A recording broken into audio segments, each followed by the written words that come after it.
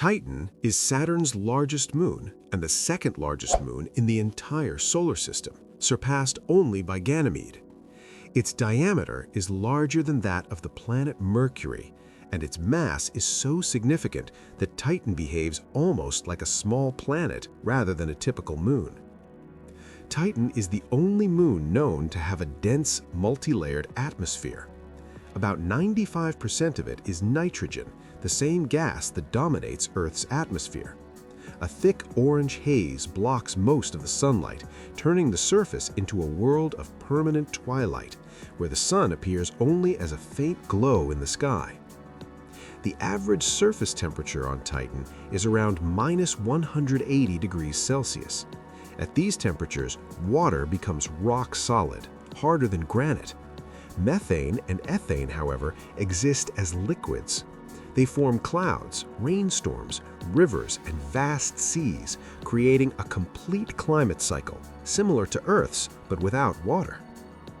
Titan's surface hosts enormous lakes and seas, some comparable in size to the Caspian Sea. Coastlines, river deltas, erosion patterns, and even waves have been observed, all made not of water, but of liquid hydrocarbons. Massive dune fields stretch across the landscape, composed not of sand, but of complex organic particles that fall from the atmosphere like dark snow. Beneath Titan's thick, icy crust, scientists believe there is a global subsurface ocean of liquid water mixed with ammonia. This hidden ocean may be warmer and more stable than the surface, making it one of the most promising places to search for extraterrestrial life.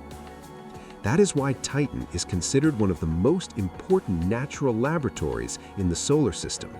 It is a world where complex organic chemistry already exists, the same kind of chemistry that may have led to life on early Earth. The difference is that Titan is a frozen version of our planet's distant past. Quest for knowledge.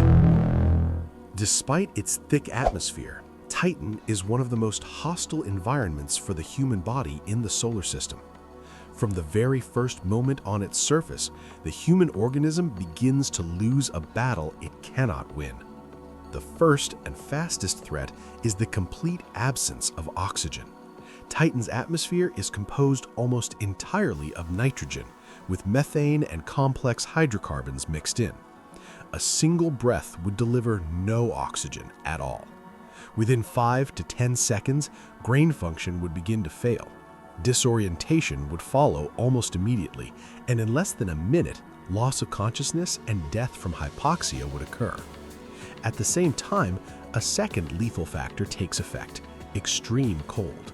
Surface temperatures of around -180 degrees Celsius cause the human body to lose heat almost instantly. Moisture in the eyes, lungs, and on the skin would freeze within seconds.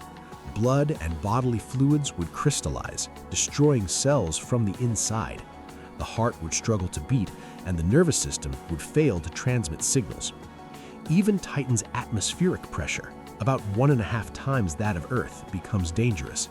Human lungs are not designed to inhale dense, freezing gases without oxygen.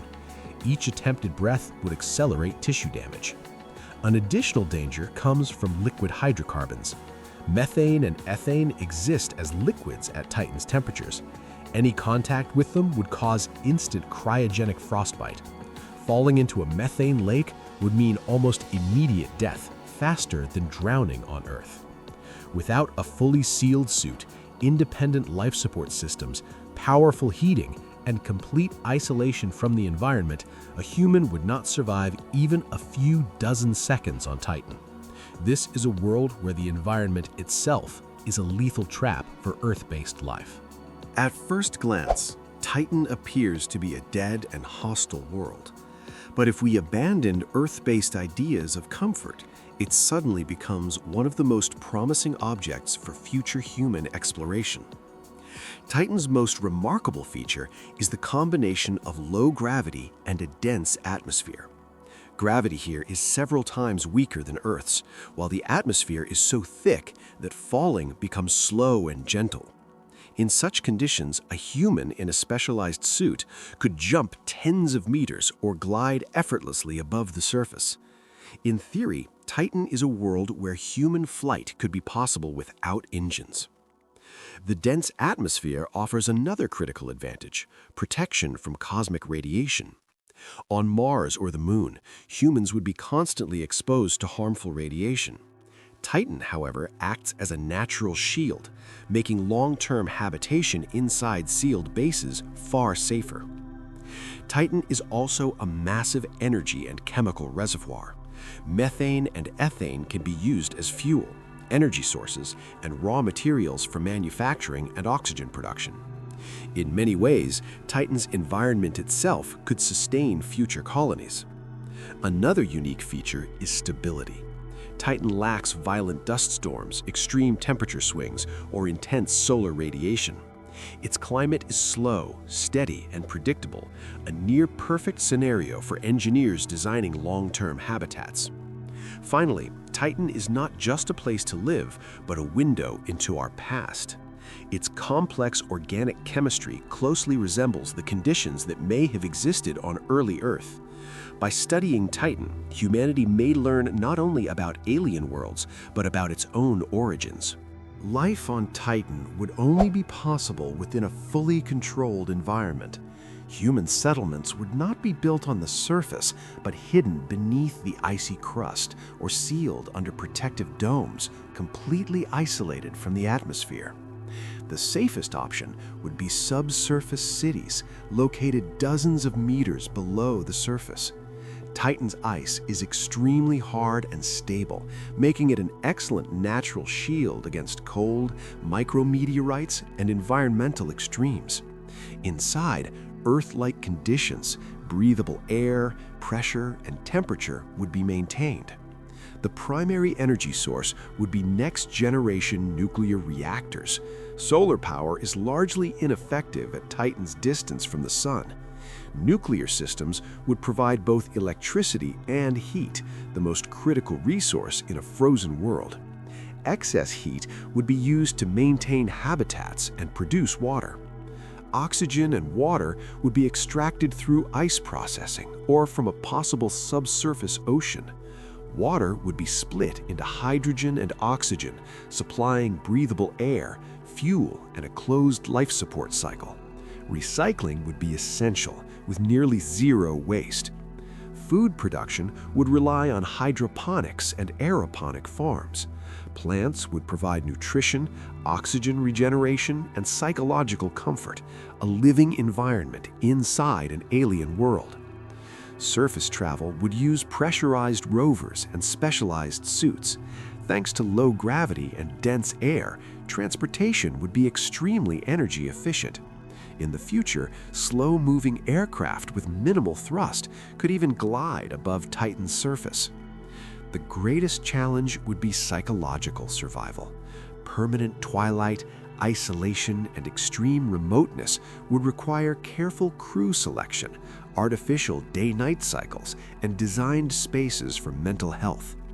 Titan would not become a second Earth, at least not soon, but it could become humanity's first true off-world laboratory, teaching us how to survive in environments once thought impossible. Titan is a world where an unprotected human cannot survive. There is no oxygen, no warmth, and no margin for error. Here, the environment itself works against life. But humanity has never relied on the body alone.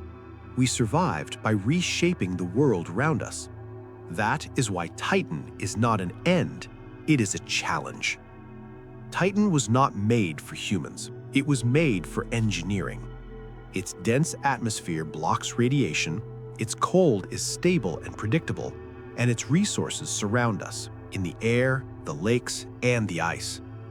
There will be no open cities or green landscapes.